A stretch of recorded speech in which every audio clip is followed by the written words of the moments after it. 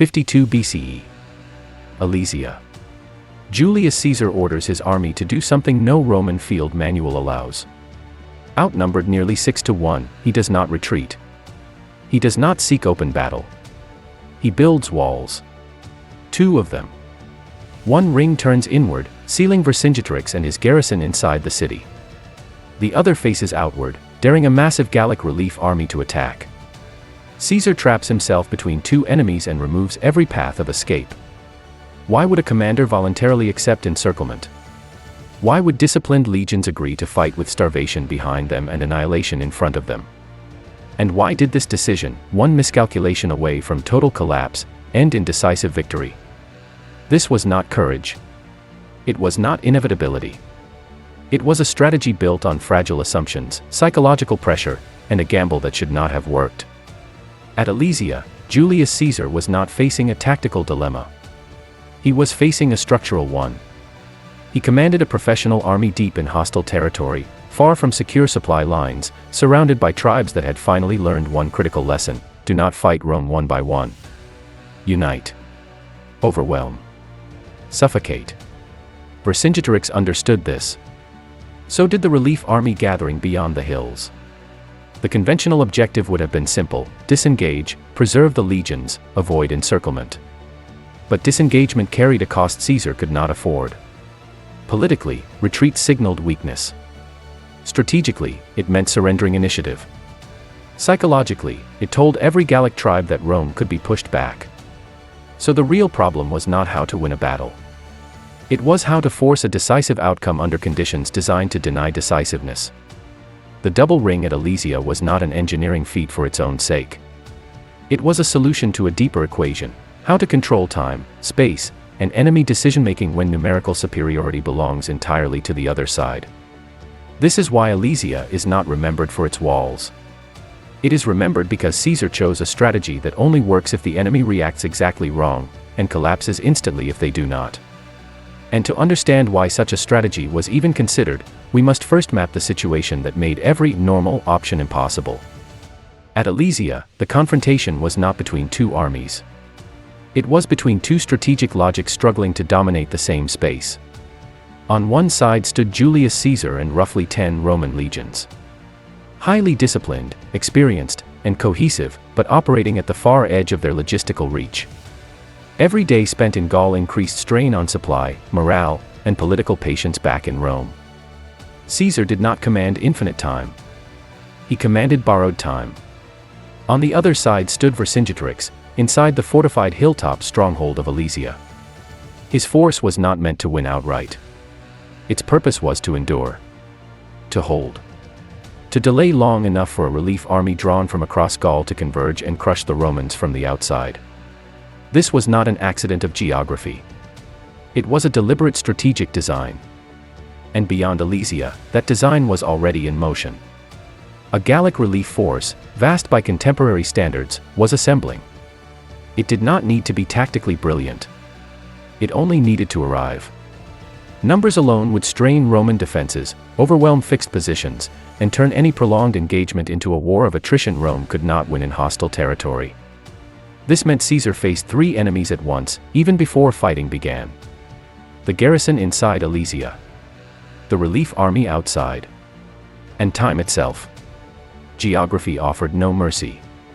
Alesia sat on elevated ground, surrounded by rivers and uneven terrain. Ideal for defense. Poor for rapid assault. Direct storming would bleed the legions and achieve nothing decisive.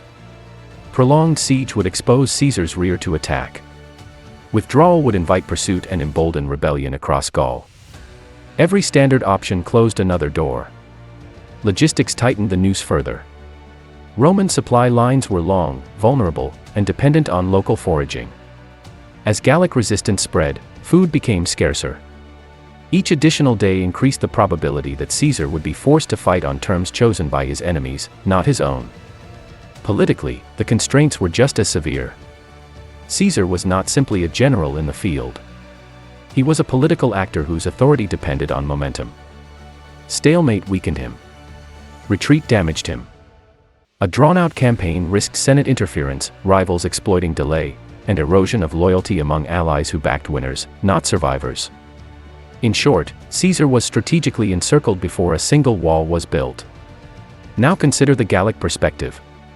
Vercingetorix believed he was operating from a position of strength. He had achieved what generations of Roman opponents had failed to do: unify disparate tribes around a single objective. His strategy avoided direct confrontation with Roman tactical superiority.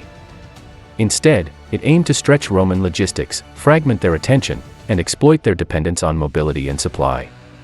From his view, Alesia was not a trap. It was bait. Hold the hill. Force Caesar to commit. Let the relief army do the killing. This plan relied on several assumptions that seemed reasonable at the time.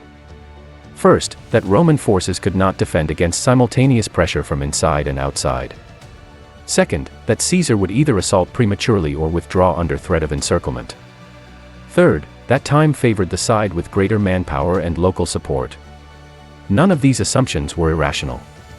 They reflected prevailing military logic of the era. And this is where the true strategic tension emerges. Both sides believed time worked for them. Both sides believed the other would blink first. Both sides were wrong in different ways. What made the situation uniquely volatile was information asymmetry. Vercingetorix did not know how far Caesar was willing to go to force a conclusion. Caesar did not know how disciplined or coordinated the relief army would be once it arrived. Neither side possessed certainty. Only estimates. Only assumptions. And layered on top of this was a deeper constraint rarely discussed: command cohesion. Roman legions operated under centralized authority, strict discipline, and unified doctrine. They could execute complex, labor-intensive tasks quickly, if morale held. The Gallic coalition, by contrast, was large but structurally fragile. Diverse tribes, uneven command hierarchy, and differing priorities made coordination difficult. Numerical superiority did not translate automatically into operational coherence. This imbalance mattered. But it was invisible at first glance. Most commanders in Caesar's position would focus on the obvious asymmetry: numbers. Caesar focused on a different one: decision-making speed and unity. Still, recognizing that asymmetry did not make the problem solvable. Because exploiting it required Caesar to do something that magnified every existing risk. He would need to stay. He would need to fix his position. He would need to invite attack rather than evade it. And most dangerously, he would need to convince his own army that there was no alternative left. This is why Alesia cannot be understood as a siege in the traditional sense. It was a forced convergence of constraints, engineered to eliminate all middle outcomes. No stalemate. No partial success. No disengagement. Either Caesar would break the Gallic strategy entirely, or his army would be destroyed where it stood. Every road led to a single question. If the strategic environment punished every conventional choice, what kind of decision remained possible? And it is precisely at this point, where doctrine offers no viable answer, that a strategy no one was supposed to attempt begins to take shape. Military doctrine exists for moments of uncertainty. It offers patterns when information is incomplete, and restraint when instinct pushes toward risk. At Alesia, doctrine was clear. And it was wrong. A Roman commander trained in orthodox operations would recognize the situation immediately. Outnumbered. Deep in hostile territory. Facing a fortified enemy with a relief force approaching. The textbook response would follow one of three paths. The first option: disengage. Preserve the legions. Withdraw to safer ground. Reopen supply lines. Reassert control later under better conditions. The second: force a decisive battle before encirclement. Seek open terrain. Exploit Roman discipline and formation superiority. End the campaign through shock and maneuver. The third: conduct a conventional siege. Contain the enemy. Starve them out. Avoid overextension. Prepare to react if relief forces arrive. All three options had precedent. All three had succeeded elsewhere. And all three collapsed under the specific constraints of Alesia. Disengagement was not a neutral move. In Gaul, retreat was interpreted as vulnerability. Caesar's authority rested on the perception of inevitability. A withdrawal would signal that a unified Gallic resistance worked. that Rome could be stalled, that rebellion had leverage. Strategically, disengagement solved nothing. It delayed confrontation while strengthening the enemy. Forcing open battle was equally illusory. The terrain around Alesia was unfavorable. Elevated positions favored defenders. The Gallic forces inside the city had no incentive to sortie prematurely. The relief army was not yet fully assembled. Engaging piecemeal risked being caught between converging forces without the protection of prepared positions. The siege option, on paper the most cautious, was the most deceptive. A traditional siege assumes control of the surrounding area. Caesar did not have it. His rear was exposed. His foraging parties were vulnerable. The longer the siege lasted, the more opportunities the Gallic coalition had to harass supply lines, cut off resources, and apply pressure from multiple directions. Doctrine assumed time could be managed. At Alesia, time was the enemy. This created a paradox that doctrine could not resolve. To avoid encirclement, Caesar would need mobility. To contain the enemy, he would need immobility. To protect supply lines, he would need dispersion. To survive numerically, he would need concentration. Each doctrinal solution fixed one problem by worsening another. This is the point where most commanders retreat into caution. Not because caution guarantees success, but because it spreads responsibility over time. Failure becomes gradual. Blame becomes diffuse. Caesar did the opposite. He rejected gradual failure in favor of concentrated risk. The core flaw in doctrine at Alesia was not tactical. It was assumptive. Doctrine assumed the enemy would behave predictably under pressure. It assumed that numerical superiority would translate into coordinated action. It assumed that siege and counter-siege were symmetrical contests of endurance. Caesar saw something different. He saw an enemy coalition strong in numbers but weak in synchronization. He saw commanders who had never been forced to coordinate complex, multi-directional assaults under extreme pressure. And he saw that if he could force all parties to act at once, under constraints he designed, the Gallic advantage could turn into liability. But exploiting this insight required violating another unwritten rule of command. Never remove your own freedom of action. The double fortification did exactly that. By building walls facing inward and outward, Caesar was not just defending against two enemies. He was eliminating ambiguity. Once construction began, there would be no pretending this was a temporary posture. No quiet withdrawal. No tactical repositioning. Doctrine would label this as self-entrapment. And under most circumstances, it would be correct. What doctrine could not account for was intentional irreversibility. Caesar was not trying to keep options open. He was trying to close them, on himself and on the enemy. This is the intellectual rupture at the heart of Alesia. The strategy was not designed to maximize flexibility. It was designed to force convergence. Force the garrison to remain trapped. Force the relief army to attack prepared positions. Force his own legions to commit fully, without illusion of escape. If everyone was locked into the same moment, then numerical advantage alone would not decide the outcome. Discipline, cohesion, and decision-making under pressure would. Doctrine did not fail because it was flawed. It failed because it was built for wars with margins. Alesia offered none. Which raises the most uncomfortable question of all. Was Caesar applying a new form of strategic logic, or was he compensating for the absence of any acceptable alternative by gambling on a single, fragile assumption? To answer that, we must examine how this decision actually took shape, inside the command structure, under pressure, and against resistance from his own officers. The decision at Alesia did not emerge fully formed. It crystallized under pressure, inside a command structure that understood exactly how close it was to collapse. Roman command culture valued discipline, hierarchy, and precedent. Innovation was tolerated only when it could be justified within known frameworks. What Caesar was considering did not fit any framework his officers recognized. There is no evidence of a single dramatic council scene. No recorded speech where Caesar unveils the plan and silences all doubt. What we can reconstruct instead is more unsettling, a process of narrowing options until only one remained, no matter how dangerous. At the senior level, the objections would have been obvious. Engineering resources would be stretched to the limit. Manpower would be fixed in static positions, forfeiting maneuver. The army would be split psychologically, defending in opposite directions.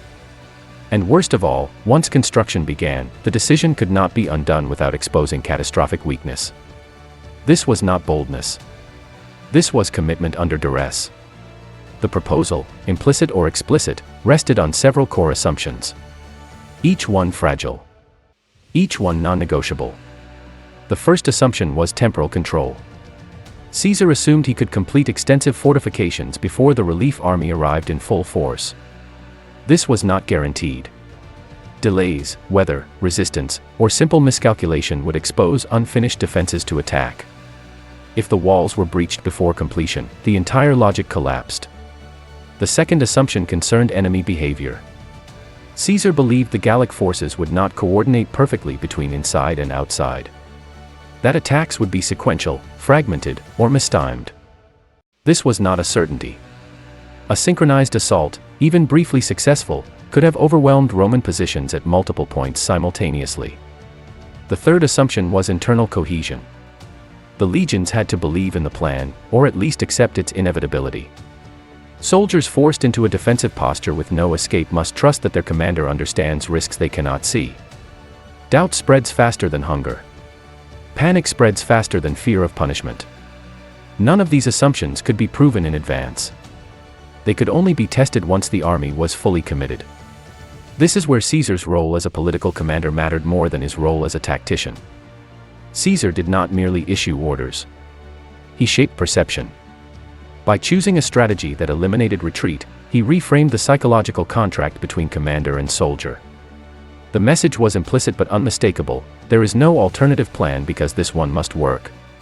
Survival depends on execution, not reconsideration. This was a dangerous form of leadership. It concentrated authority entirely at the top. If the plan failed, there would be no ambiguity about responsibility. No subordinate could be blamed. No contingency cited.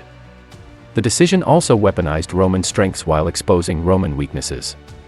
Roman legions excelled at construction, discipline, and sustained effort under hardship. Building fortifications was not unusual. What was unprecedented was the scale, speed, and directionality, walls not just against the enemy, but against the world outside. By ordering the construction of 2 concentric rings, Caesar transformed engineering into strategy. The walls were not passive defenses. They were instruments to channel enemy movement, restrict options, and dictate where and how combat could occur. In effect, Caesar was attacking 3 dimensions at once. He attacked space, by fixing the battlefield and denying maneuver. He attacked time, by forcing the enemy to act before coordination matured. And he attacked command structure, by exploiting the Gallic coalition's inability to sustain unified pressure under complex conditions. But this logic only holds if the enemy reacts as expected. Here lies the most uncomfortable truth about Alesia. The strategy did not aim to make defeat impossible. It aimed to make enemy error likely. Caesar was not betting on perfection from his own side. He was betting on imperfection from the other. This distinction matters. A strategy that depends on flawless execution is fragile. A strategy that depends on the enemy making at least one mistake is still a gamble, but a different kind. Caesar judged that the Gallic coalition, under stress, would fracture at the seams. That pride, urgency, and lack of centralized control would push them into premature assaults. That numerical advantage would tempt them into believing force alone could break prepared defenses. If he was wrong, if the enemy delayed, coordinated, and adapted, the Roman army would starve inside its own walls. This was not a calculated risk with known probabilities. It was a leap across an information gap. Once the decision was effectively made, there was no gradual escalation. Construction itself became the point of no return. Each trench dug, each rampart raised, made retreat less viable and commitment more total. From that moment on, the campaign ceased to be about options. It became about execution under irreversible conditions. And execution would test every weakness the strategy contained. Because transforming a concept into reality required more than walls. It required logistics to hold, morale to endure, and defenses to survive contact with a determined enemy. Only when the first assaults came would it become clear whether Alesia was a controlled convergence, or a carefully engineered catastrophe waiting to happen. Once construction began, the strategy stopped being theoretical. From this point forward, every weakness would surface under pressure. The double fortification was not a symbolic gesture. It was a vast, layered system designed to absorb shock, delay penetration, and buy time measured in hours, not days. Trenches, ramparts, obstacles, and watch positions were arranged to slow attackers, fragment assaults, and expose advancing forces to concentrated defense. But scale created its own danger. Every meter of wall required labor. Every guard position required manpower. Every extension thinned reserves. Caesar was converting a mobile field army into a static system.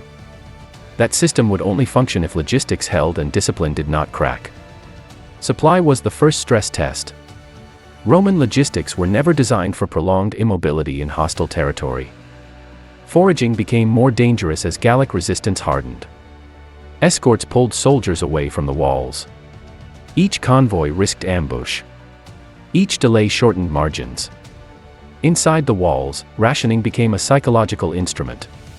Scarcity was controlled, but visible. Soldiers understood that time did not stretch indefinitely. Hunger sharpened attention, but it also magnified doubt. Outside the walls, the pressure mounted. The relief army's arrival was not a single moment. It was a sequence. Probing attacks. Feints. Tests against Roman positions. Each engagement forced Caesar to commit forces along a perimeter designed to be just sufficient, not generous. This exposed the core mechanical risk of the strategy. The fortifications assumed asymmetric stress. That the enemy would not apply maximum pressure everywhere at once. That attacks would come in waves, not coordination. If that assumption failed, the system would overload. And there were moments when it nearly did. Simultaneous pressure from inside and outside strained command and control. Signals traveled slowly along extended lines. Local commanders had to make decisions without full situational awareness. Reinforcing one sector meant weakening another. The strategy's strength, fixed space, was also its vulnerability. Then came the most dangerous phase, sustained assault. The Gallic forces did what Caesar expected, and almost what he feared. They attacked repeatedly, testing different sections, escalating force, probing for collapse. The Roman defenses held, but not effortlessly. Casualties mounted. Fatigue compounded. Repair work had to be done under threat, often at night. One breach, even temporary, would have been enough. Not because the walls were sacred, but because morale was not. If soldiers believed the system was failing, panic would travel faster than orders. Static defenses leave little room to recover psychologically from visible loss. This is where execution mattered more than design. Roman units rotated under fire. Commanders reinforced threatened sectors just long enough to stabilize, then withdrew excess force to avoid overcommitment. Caesar himself appeared at critical points, not to fight, but to signal control. Leadership became theater under stress. But even perfect execution could not eliminate the final vulnerability, timing. The strategy depended on the relief army acting before internal starvation forced the garrison to attempt breakout on its own terms, or before Roman supplies collapsed. This created a narrow window where pressure peaked on both sides simultaneously. That window was chaos. The Gallic coalition attempted coordination. It was imperfect, but dangerous. Multiple attacks converged. Roman lines bent. Reserves thinned. At least once, the outcome hinged not on doctrine or design, but on whether a local response arrived minutes earlier rather than later. This was not dominance. This was survival by margins. The double ring worked not because it was invulnerable, but because it degraded enemy effectiveness faster than Roman endurance. It turned numerical superiority into logistical friction. It forced attackers to fight the walls, not the legions behind them. But nothing about this phase was inevitable. Had weather shifted? Had coordination improved? Had Roman morale faltered even briefly? The strategy would have collapsed inward. This is the part history compresses into a sentence: the defenses held. What that sentence hides is a system under constant risk of cascading failure. Which leads to the final question of execution. If the plan was this fragile, if it relied on narrow margins and enemy missteps, then why did the Gallic response fail to exploit those weaknesses? To answer that, we must stop looking at Roman walls and start examining Gallic decisions. Because the decisive failure at Alesia did not occur on the ramparts, but inside the enemy's command logic. From the outside, the situation looked favorable to the Gallic coalition. They possessed numerical superiority, local knowledge, and the initiative to choose when and where to strike. The Roman army was fixed in place, defending an extended perimeter, and operating under logistical strain. Yet advantage is only potential until it is converted into action. The relief army did not confront a single Roman line. It confronted a system designed to fragment its decision-making. The first Gallic reactions were cautious. Probing attacks tested Roman defenses. This was rational. But it also consumed time the Romans needed to complete repairs, redistribute forces, and reinforce weak points. More importantly, these probes created a false impression. The defenses seemed strong everywhere. No obvious seam appeared. Instead of revealing vulnerability, early attacks reinforced the belief that overwhelming force would be required. This pushed Gallic commanders toward a flawed conclusion: that success would come from mass, not coordination. The coalition attempted to assemble large-scale assaults, trusting that sheer numbers could break through Roman works. What they underestimated was not Roman discipline, but Roman predictability. The walls channeled attackers into narrow approaches. Terrain and obstacles prevented free maneuver. Each Gallic unit arrived at the fight already disorganized, forced to reform under pressure. What the Gallic command failed to solve was synchronization. Attacks from outside needed to coincide precisely with pressure from within Alesia.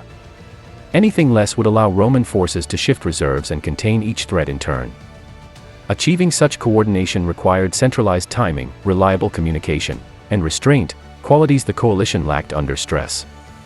Internal pressure from Vercingetorix's garrison complicated matters further. Supplies inside the city dwindled. Morale eroded.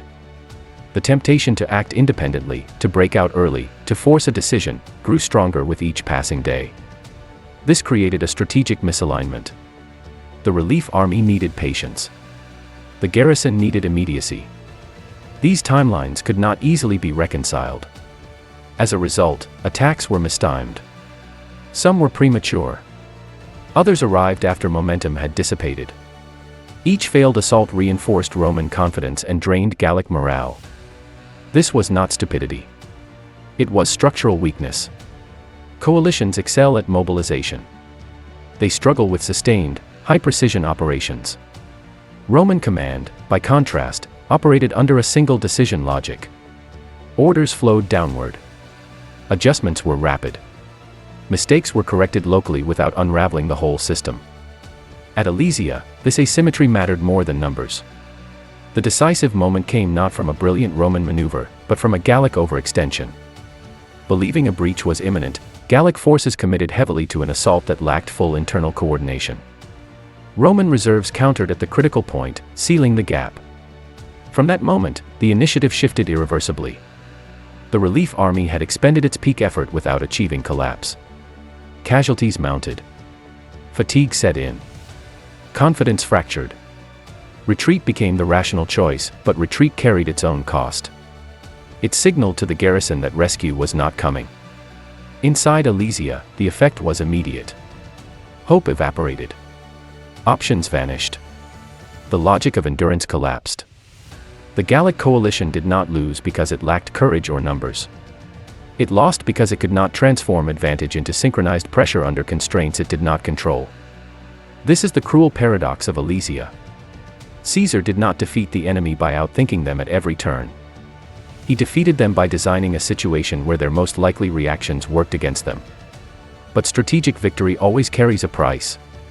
And the cost of Alesia did not end when resistance collapsed. It emerged afterward, in casualties, in political consequences, and in the psychological toll borne by the men who engineered a strategy that left no room for error. To understand the true meaning of Alesia, we must confront what it cost to win, and what would have happened had the assumptions failed. The collapse at Alesia was swift, but the consequences were not. Once the relief army disengaged, the logic of resistance inside the city unraveled almost immediately. The garrison had been held together by a single assumption, that external pressure would eventually force Caesar to break. When that assumption failed, endurance lost its meaning. The surrender was not a tactical conclusion. It was a structural one. For Caesar, the immediate outcome was decisive. The organized Gallic resistance shattered. The myth of Roman vulnerability dissolved. A campaign that threatened to spiral into prolonged attrition ended in a single, irreversible result. But strategic success does not erase cost. It concentrates it. The human cost was severe. Roman casualties were not negligible. Prolonged defense, repeated assaults, and constant labor exhausted the legions. Soldiers fought, built, repaired, and stood watch under continuous stress.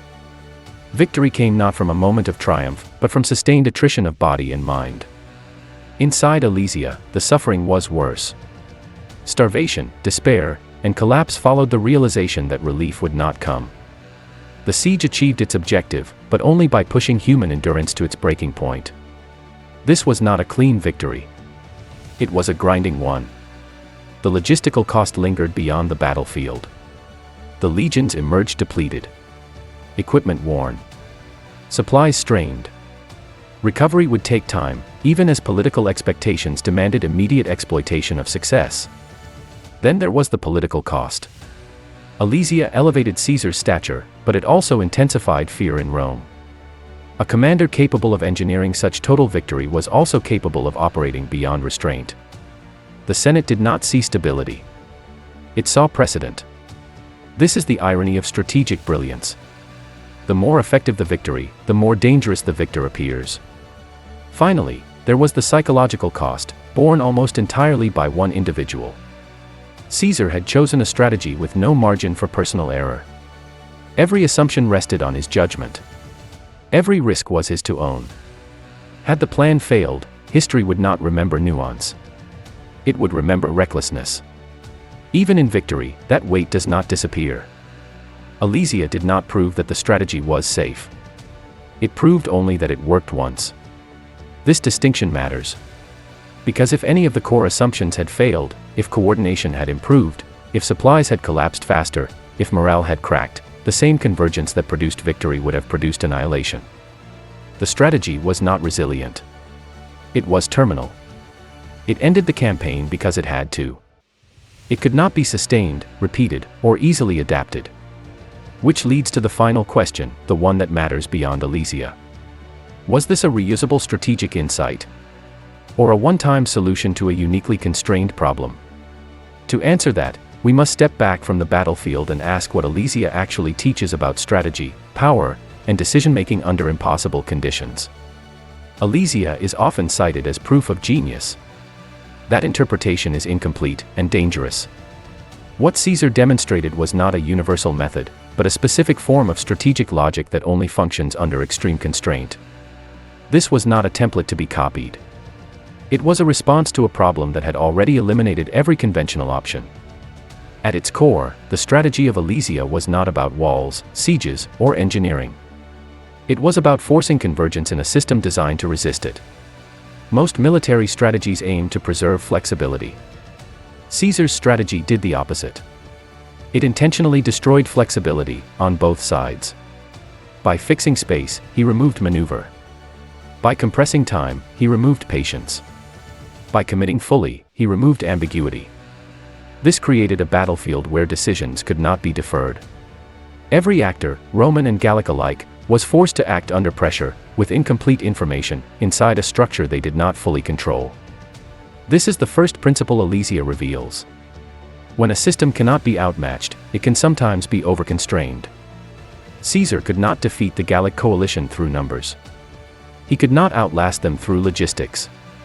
He could not intimidate them into submission. So he redesigned the environment until their advantages lost coherence. But this only worked because of a second, more fragile principle. The strategy assumed asymmetry in error tolerance. Roman command could survive localized failure. The Gallic coalition could not. A breach in one sector did not collapse the Roman system. It triggered reinforcement. A mistimed assault on the Gallic side wasted irreplaceable momentum. This asymmetry was not accidental. It emerged from differences in command structure, discipline, and coordination capacity. Caesar did not create it, but he exploited it. However, This leads directly to the most overlooked lesson of Alesia. The strategy depended on the enemy being unable to do one thing: wait. If the relief army had delayed longer, if internal pressure had been contained, if coordination had improved incrementally instead of collapsing under urgency, the Roman position would have deteriorated. Alesia was not a strategy that grew stronger over time. It decayed. This makes it fundamentally different from doctrines built around sustainability or escalation dominance. It was a terminal strategy, designed to end the campaign quickly, or fail catastrophically. This is why Alesia is so rarely replicated in history. Not because commanders lack imagination, but because few situations justify eliminating one's own margin of error. Which brings us to the final, uncomfortable conclusion. Alesia was not proof that Caesar always chose the optimal strategy. It was proof that he recognized when no optimal strategy remained. In such moments, strategy stops being about advantage. It becomes about control of collapse, deciding how and where uncertainty will break. Caesar chose to make that break visible, concentrated, and immediate. He accepted total responsibility for the outcome. This is not heroism. It is not recklessness. It is strategic extremity. Alesia teaches that under certain conditions, the most dangerous move is not taking risk, but refusing to decide where risk will concentrate. And that lesson extends far beyond ancient warfare. Alesia endures not because it was brilliant, but because it was fragile and survived. It reminds us that some victories are not built on strength, but on correctly identifying where weakness will appear first. Caesar did not win by being stronger than his enemies. He won by forcing everyone, including himself, into a situation where hesitation became impossible. That is why Alesia still unsettles strategists centuries later. Because it asks a question no doctrine wants to answer. When every safe option leads to slow defeat, how much uncertainty are you willing to concentrate? And how certain are you that the other side will break first?